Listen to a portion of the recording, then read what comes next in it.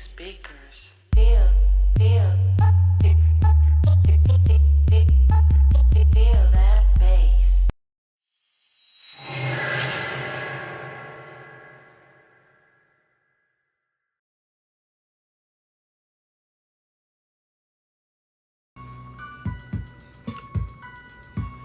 Unwind, the book review.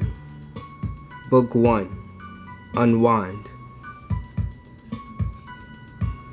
The Second Civil War, also known as the Heartland War, was a long and bloody conflict fought over a single issue.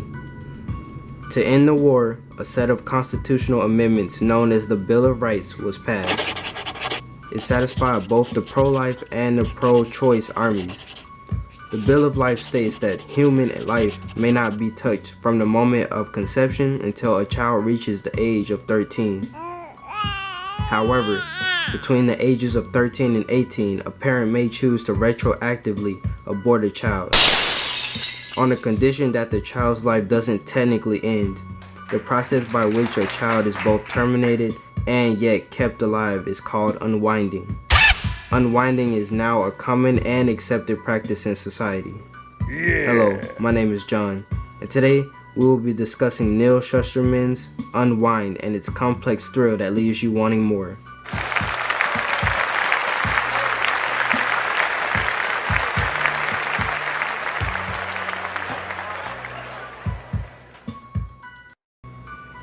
Unwind, unwind, unwind. It's the only term I've heard the whole month. What is it?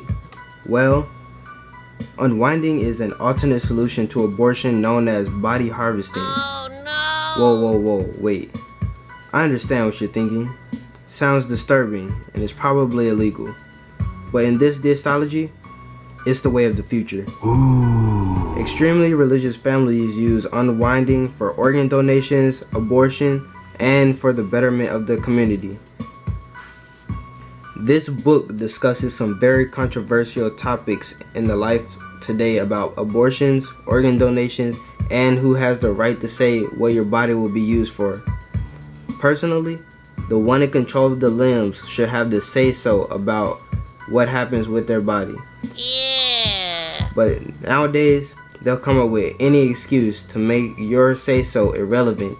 Am I right? It really gets one thinking when the few topics you least expect to hear about in a teen's book are the most important things not being talked about today. The author picked a great audience to get involved in these topics. Alright, let's get into some characters. We have three main characters in the story: Connor, Risa, and Lev. Connor. He never seemed too smart, and neither did the people he hung around with. What really set him apart from the other characters is his leadership skill. He tends to make harsh, uncontrolled decisions without weighing all the options, but the other characters, Risa and Lev, level him out well. Ultimately, he will be considered the survivalist and the hero of this story.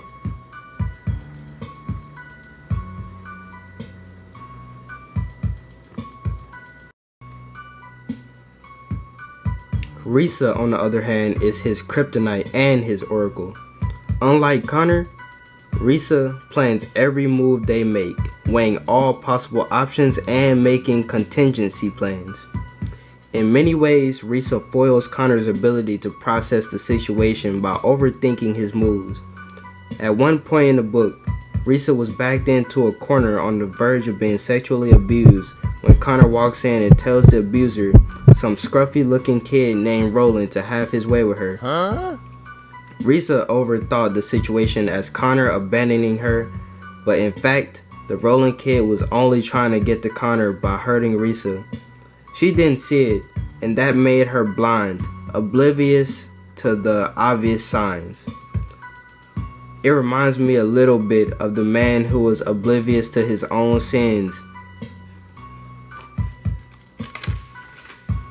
Just like him, she is intelligent, strong, capable, and quick to anger with problems.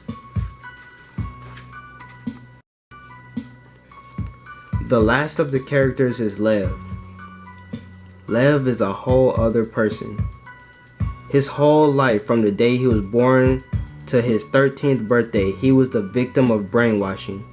His parents told him that as the will of God, he will be unwound as a tithe. A tithe is a sacrifice for the greater good. As intelligent, athletic, and loved as he thought he was, it took him being kidnapped by Connor and almost getting Connor, Risa, and the newborn baby Dee Dee arrested before he realized his unwinding was no different from theirs. His purpose and identity in life were all out of whack. Yes, he's a Christ figure too. No, it doesn't matter that his pastor told him that he was the will of God, and nor did it matter. If he met someone who is Christian but didn't really fully understand, he had a list to be helpful, and self-sacrifice made it all worth it.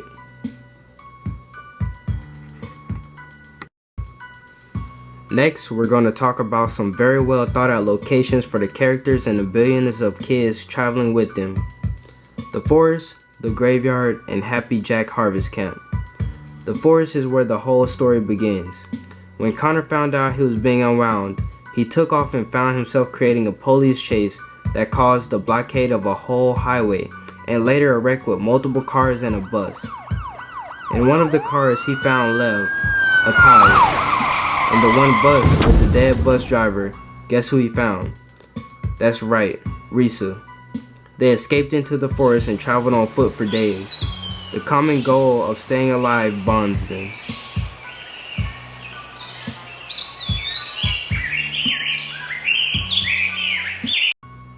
The next place they ended up was at the graveyard. John. What? What's wrong? Dead people? A stench.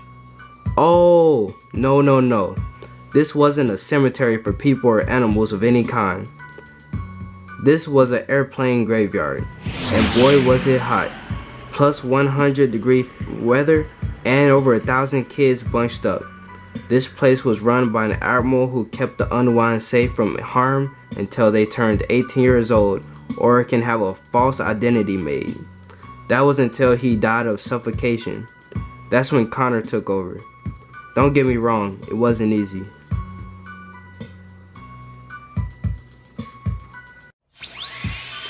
The last place they ended up was at Happy Jack's Harvest Camp. You already know what this place is. This is where they take away the lives of children unwanted by their parents.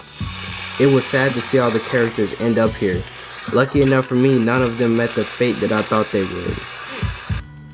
Started to get a little teary-eyed in that part of the chapter. Let's just say some big explosions happened. 2 explosions to be exact.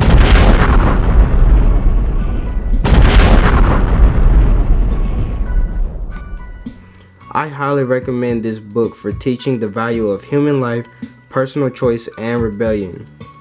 Without a second thought in my mind about the disturbing and somewhat complex terms, the book made me think.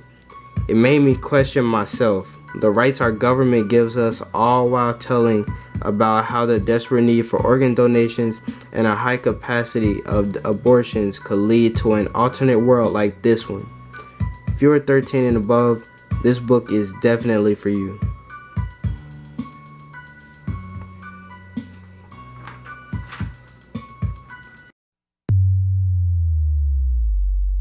I love big speakers.